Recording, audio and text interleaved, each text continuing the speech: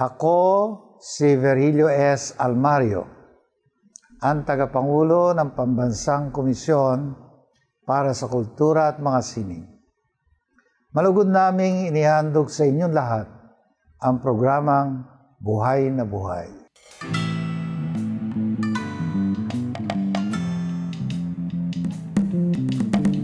Panahon na para lalong suriin ang tunay na yaman ng lahing Pilipino, isang lahing binubuhay ng 8 kultura.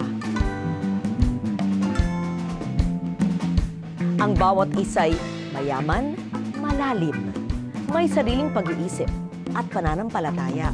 Kultura'y buhay na buhay sa buko na nananalaytay.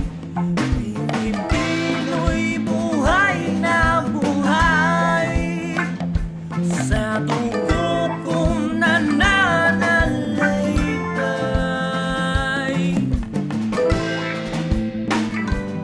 Nagkakaiba ngunit nagkakaisa. Ang bawat isa, buhay na buhay.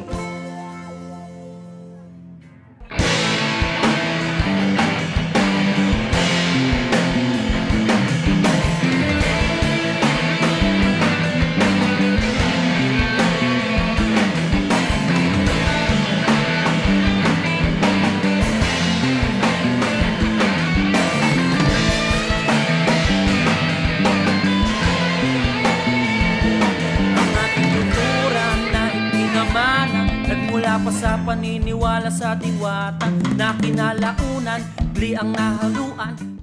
Sa bawat kultura na atin nang napag-aralan, mahalaga ang pamilya, ngunit hindi ito ang pinakasentral na aspeto.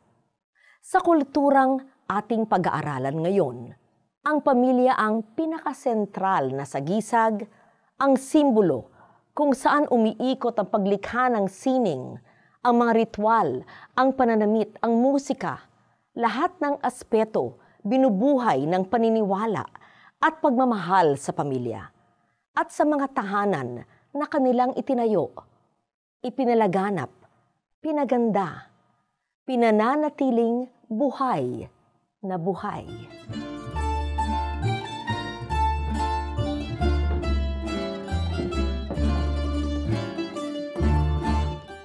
Professor Jun, ano po yung kultura ng pananahan at sino po ang mga kinakatawan nito? Yung attraction niya ng mga Pilipino sa pagkakaroon ng sariling bahay, pagkakaroon ng sariling tahanan, makasama ang pamilya. Pinakamasaya ang Pilipino pagka nasa piling ng pamilya. Talagang ang core ng kultura ng pamilya ay yung tahanan. Tahanan. Kaya ang tawag natin ay kultura ng pananahan. Upang lalong maintindihan natin ang kultura ng pananahan, simulan natin sa mga lumang bahay na bato sa Vigan, ang mga pinakaangkop na simbolo ng mga pangarap, adikain at uri ng pamumuhay ng mga taga-poblasyon. Ano po ang relasyon ng arkitektura sa ugali at kultura ng komunidad at ng pamilya? Maganda kasi mapagtuunan yung pinanggalingan eh. Karamihan ng mga Pilipino nakatira sa mga bukid, no? Sa mga lugar na wala yung tinatawag na titulo para magkaroon ng sariling bahay. Kaya halos lahat ng Pilipino sa mga baryo, sa mga malapit sa bundok, no? Lahat sila may bahay. Pero pagdating nila sa poblasyon, sa town center, binibili na ang lupa. Kapagkat nandiyan na ang sentro ng komersyo, kaya lalo lumakas yung udyok ng Pilipino na magkaroon ng sariling tahanan at magkaroon ng bahay na may pagmamalaki. Pero ang disenyo niyan ay pareho lang ng bahay kubo. Kasi sapagkat ang bahay kubo ay tumatay sa pamamagitan ng mga poste. Kabayan. Yung bahay na bato, yan ang talaga ang sinatawag ancestral house. Poste rin yan eh. Hindi ka mukha ng European house na ang sumusuporta sa bubong ay mga pader. Sa atin hindi, poste, kaya matibay sa lindol.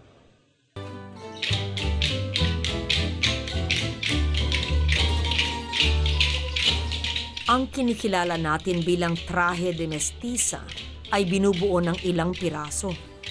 Simula sa enagwas o nagwas na parang pangloob na kamisa at half-slip. Pinapatong ang saya, ang sobre falda o tapis, ang barong pang-itaas at ang panuelo. Marahil nasa isip ninyo, napakahirap naman gumalaw kapag suot yan.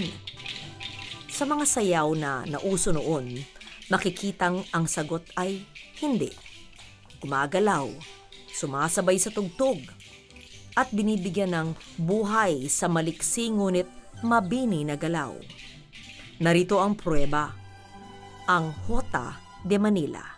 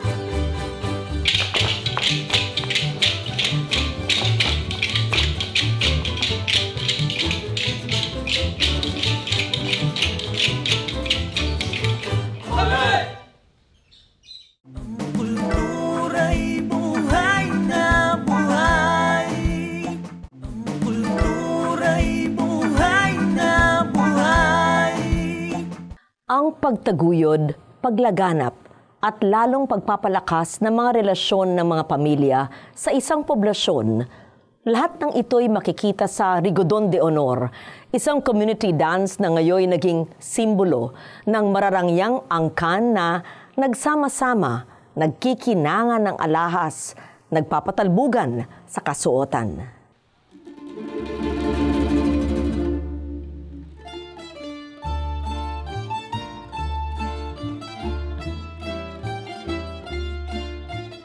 Ang rigodon naman ito ay pagpapakilala sa lipunan.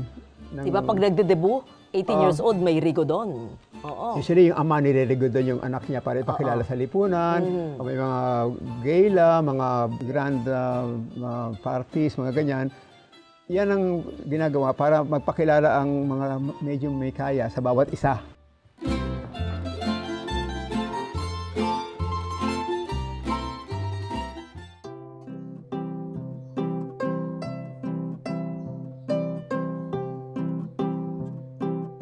Arpa ang tawag sa instrumentong ito.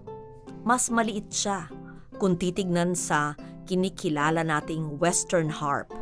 Ngunit dahil sa atin ito, tilang mas matamis at banayad ang musikang nagmumula dito.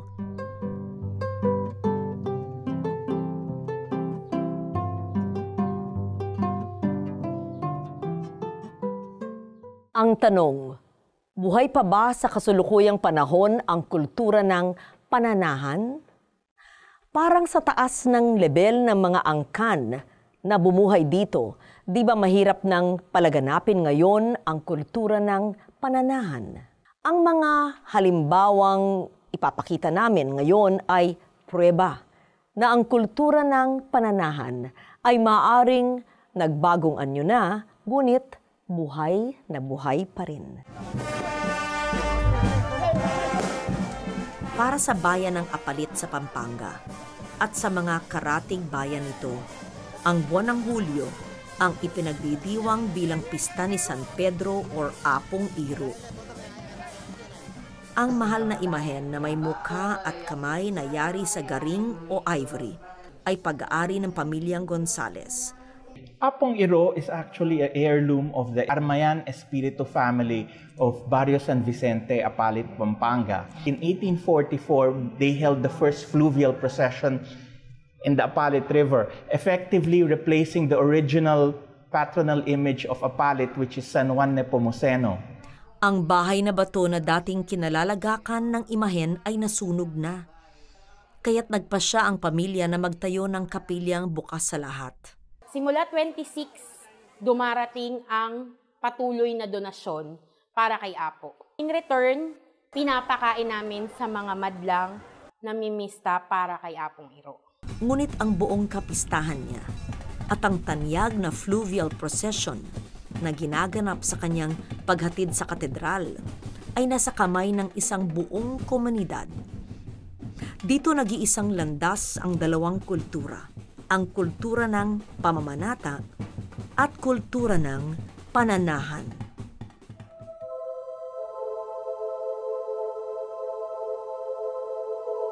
Ang pag-aalaga ng isang santo ng isang pamilya o pribadong deboto ay isang uri ng pananahan na naging popular sa mga batang deboto. Maaring hindi sila nanggagaling sa marangyang angkan, ngunit ang kanilang debosyon at ang kanilang muling pagbuhay sa mga sining ng pagburda, pag-engkarna at paggayak ng karosa ay patunay na ang kultura ng pananahan ay hindi lang buhay, nag-iibang anyo na din ito.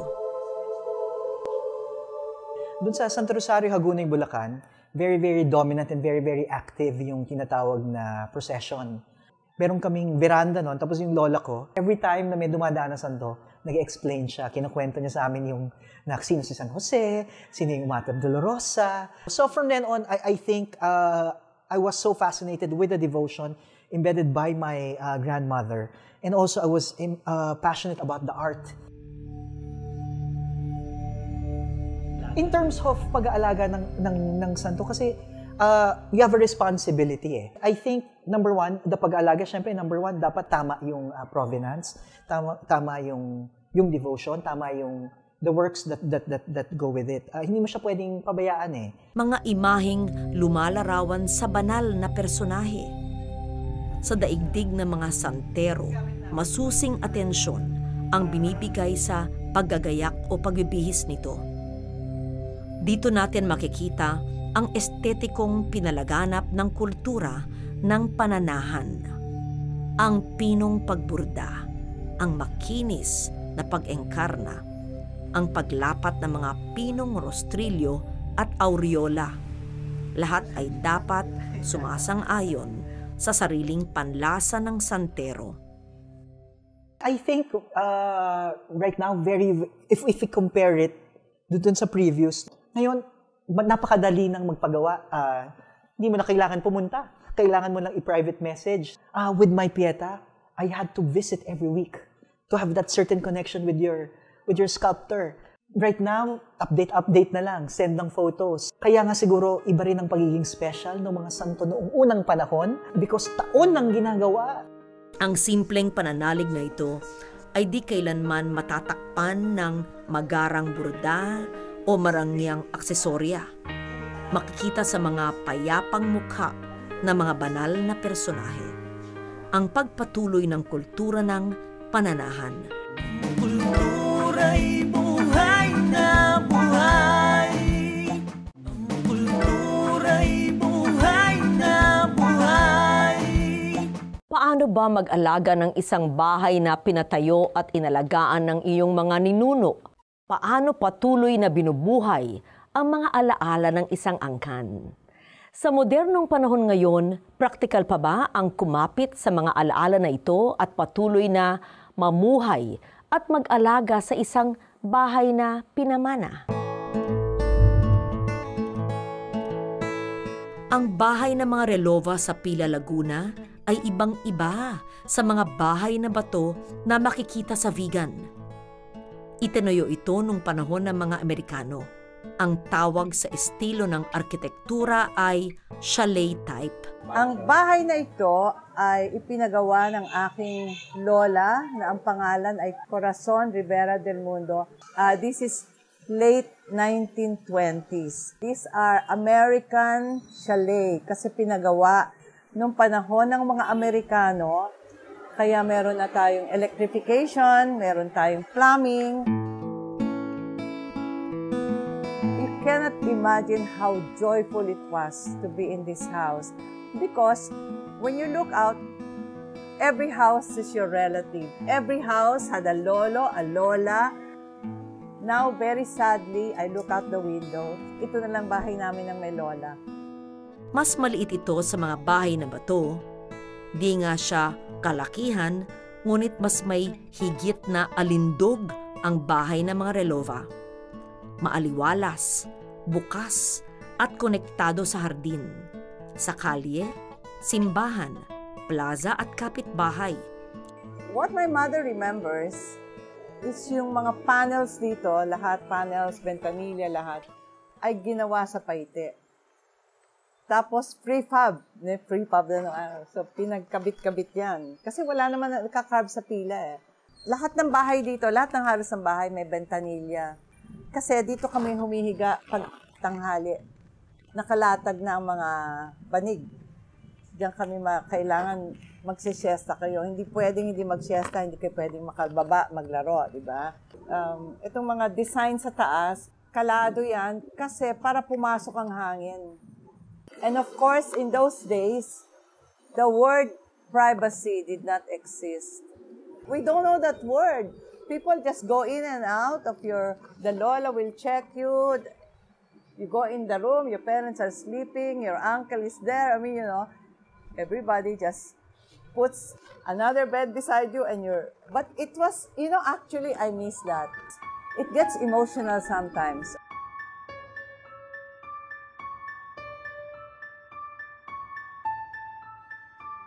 Sa pangangalaga ni Cora at ng kanyang kapatid, ang bahay na tinayo ng lola nila ay buhay na bahagi ng patuloy na kwento ng kanilang angkan. Patunay na ang kultura ng pananahan ay dilimitado sa mga mararangyang angkan lamang.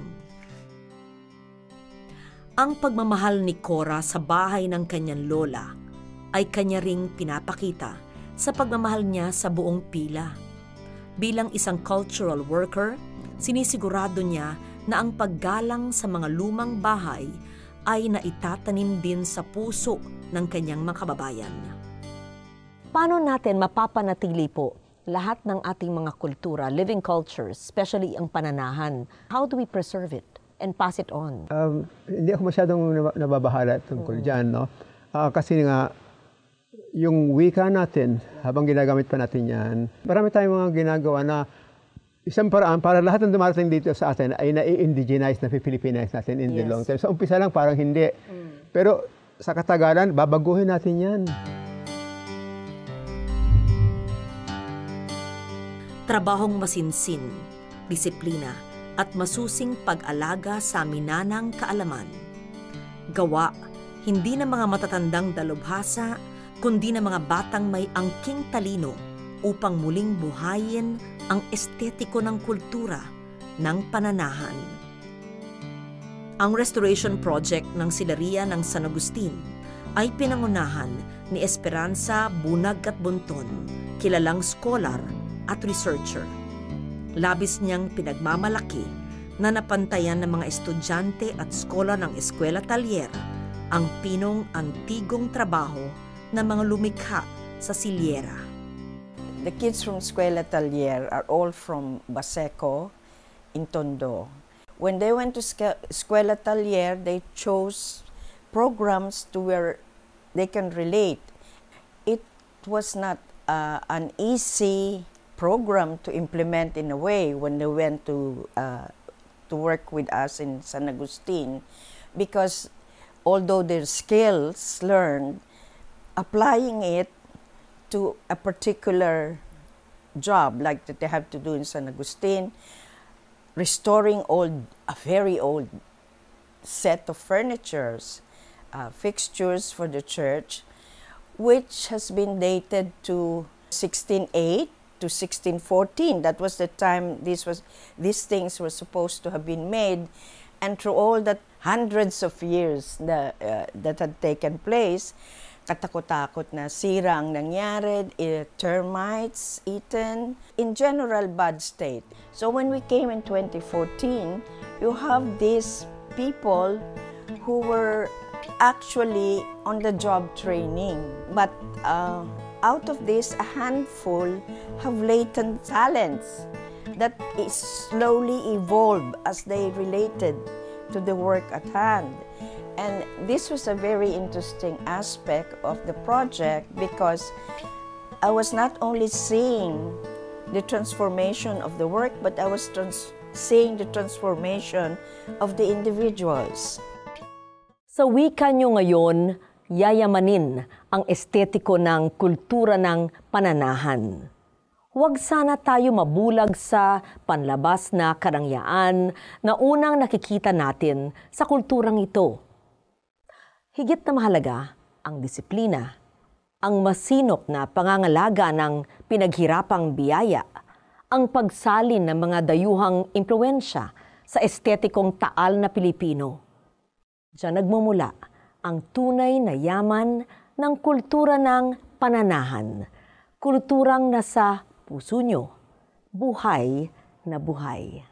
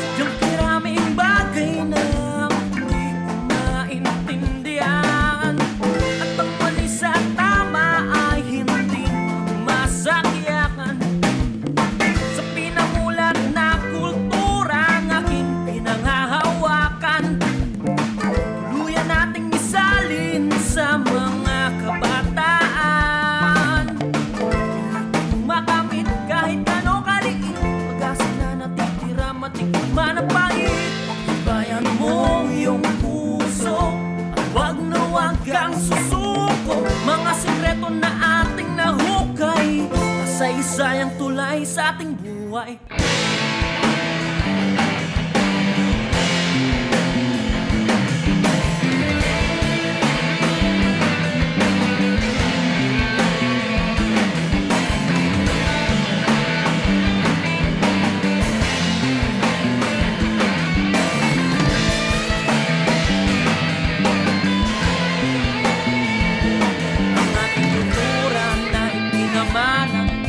pa sa paniniwala sa diwata na kinalaunan, bli ang nahaluan ng mga paniniwala ng mga dayo.